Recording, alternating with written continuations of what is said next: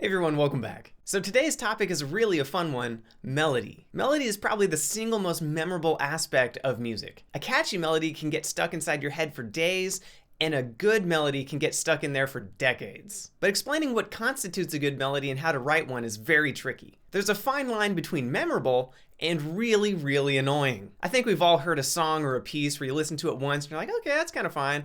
And then about the third time, you're just like, I hate this so much. And that's why I would say writing a good melody is about 90% art and only about 10% actual science. Because if there was a formula to this, everybody would be hit songwriters. Now, before you even think about writing your first melody, you need to define what genre you'll be writing it in. Because the concept of what a melody is and how it functions changes drastically depending on the genre. For instance, if you're writing a melody for a symphony, string quartet, piano sonata, or anything classical, it has a very different function than if you're writing it for a pop song. If you're writing a classical melody, you'd probably need to understand things about sonata form or how things are structured, how a melody develops, what keys it kind of needs to modulate to fulfill the conventions of the genre. And if you're a hip hop artist and you're writing a hip hop track, your concept of melody is completely different from a classical player's standpoint in that your melody needs to be really simple.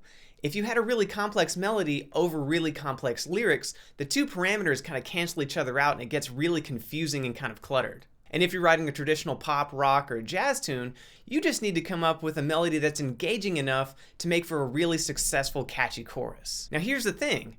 Complexity in your melody and your music really doesn't matter. Now don't get me wrong, I really love complex music. I love classical music, jazz, all kinds of insane, weird stuff.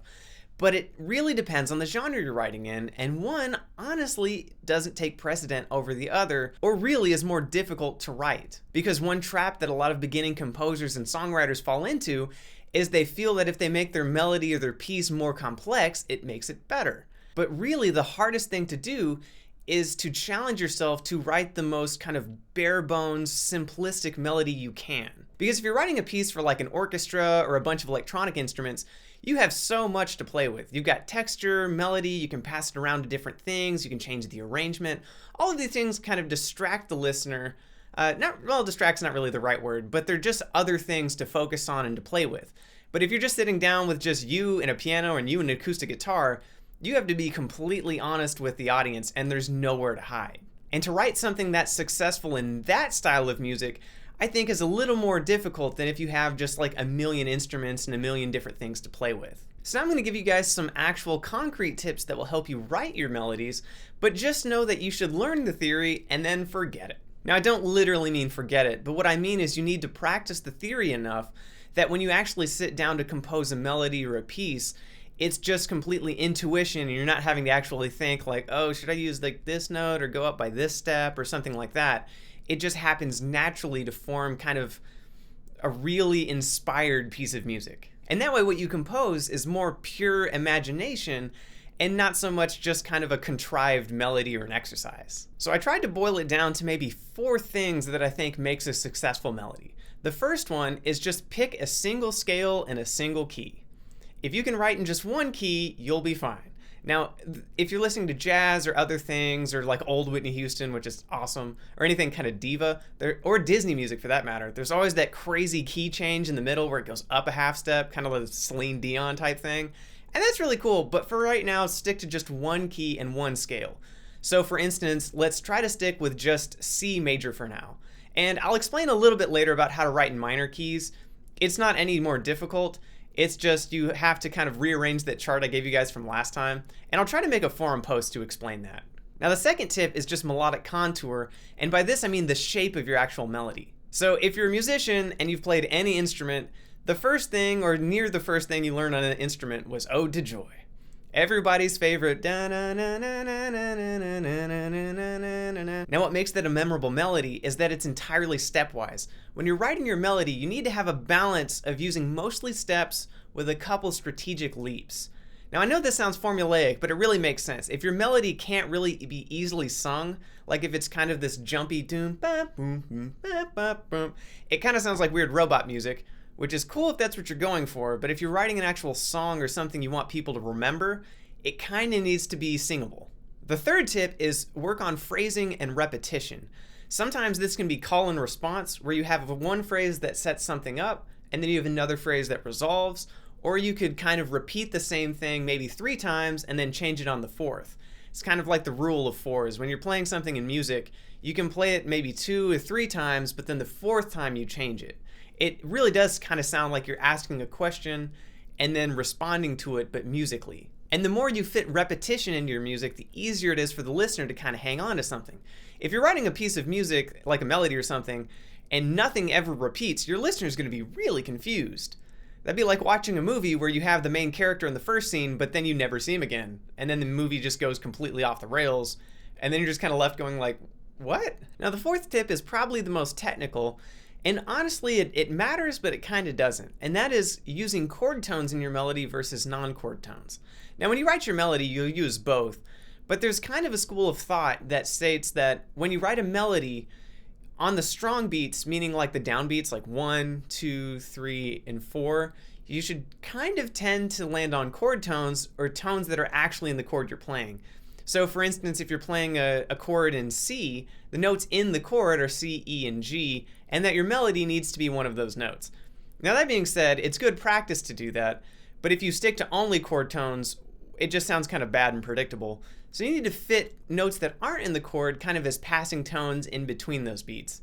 Now honestly, most of you will probably do this intuitively. If you actually want to sit down with sheet music and figure this out, you can totally do that, but it's really not a requirement. So to illustrate my point, I'm going to grab my guitar and play a little bit of the Beatles' Let It Be as a case study for all of these things. The Beatles' Let It Be is a really good case study because it uses a lot of the same principles that we did last week when we built chord progressions. The main chord progression of Let It Be is C, G, A minor, and F. So if you're using the Roman numeral system that we did last time, we have C as our 1 chord, then we go to a 5 chord, then we go to our 6 chord, and then we go to our 4 chord. And then to finish out the phrase, it goes 1, 5, 4, and then back to 1. Like that. So the way this applies to those 4 tips that I gave you guys is that 1, it's entirely in C major. There aren't any outside notes or anything like that. It's just completely a C major scale over all the chords. Now let's take a look at the melodic contour. As I play it, and you can follow along on the sheet music, I'll leave this in the description below, is you can hear how the melody goes up and it goes down and it builds tension and then releases. So at the beginning you get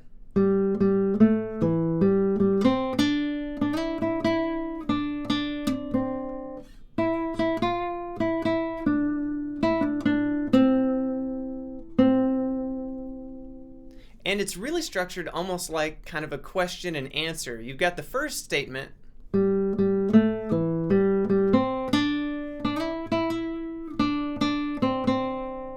and then the next part that kind of answers it.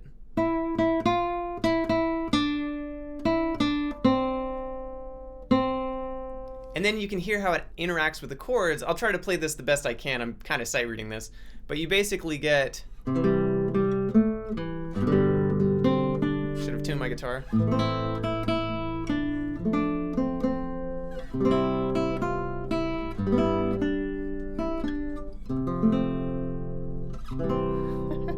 There we go. Cannot play guitar today. But you can hear that it actually has chord tones, and that's what makes it a really strong melody. So on the first beat, you've got G, which is the 5th of the C chord. You get bum, bum, bum, bum, bum. And then you go back to G, which is the root of the G chord. So you get that bum, bum, bum, bum. And then when we get to the A minor, it's the 5th. And then when I get to the F chord tone again, you get this, the E in the C chord.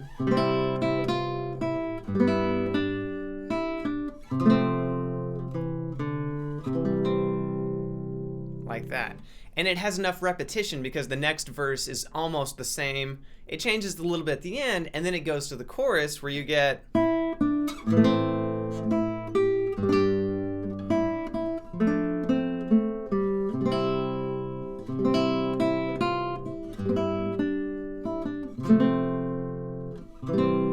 And you'll note that in the chorus, it ends just like it does the verse. It still ends with... And that's that kind of repetition that you want to put into really good melodies. is that even in the chorus, it kind of refrains a little bit to familiar material, and that gives the listener something to hang on to. So what I'd like you guys to do for your assignment this week is to either one, write a brand new chord progression, or use one of the chord progressions that you wrote last week and build a melody on it. Now you can make it 4 bars, you can make it 8 bars, it really kind of is up to you. You can use the same chord progression, you could write a new one, and then just come up with a melody over the top of it. Now here's the catch. I don't necessarily want you guys to write this in sheet music, although if you want to, totally awesome.